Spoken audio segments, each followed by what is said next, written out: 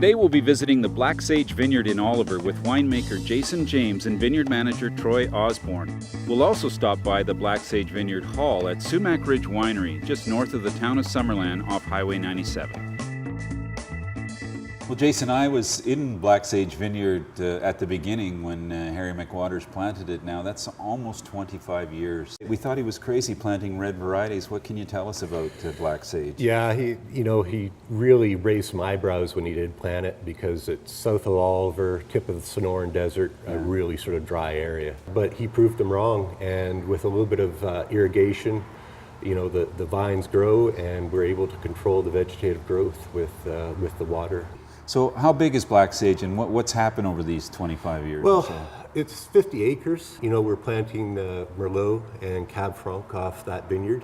We've recently added a new piece of Black Sage, and on that we have Cabernet Sauvignon and Shiraz. We don't do a red blend. We focus on the strict varietals, really sort of highlight the fruit and their structure. The site is the perfect site for the three varieties we're growing, Cab Franc, Merlot, and Cab Sauv.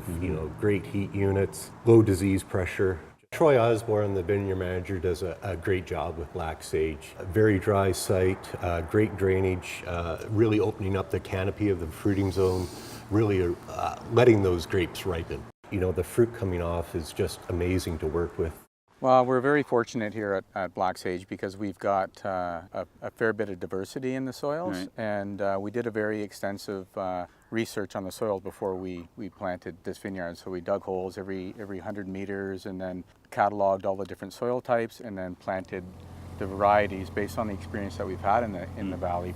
Do you work closely with Jason when he talks about flavor? He was telling us about the spice in Cabernet Franc and the texture in Merlot. Does that come back to you at some point when you're growing the grapes? Well, yeah. We need to know what the winemaker wants so that we can try and achieve that in the vineyards. The reality is that you get the right amount of crop so that you're ripening at the right time. We want to ripen our fruit when we're getting the cooler temperatures, kind of late October. Right. When the flavor development is really happening. We'll get out there and taste, and when we think that it's getting close, we'll get Jason out. We don't often pick on numbers. It's all about the flavor. You can manipulate some stuff in the winery, but you can't add flavor.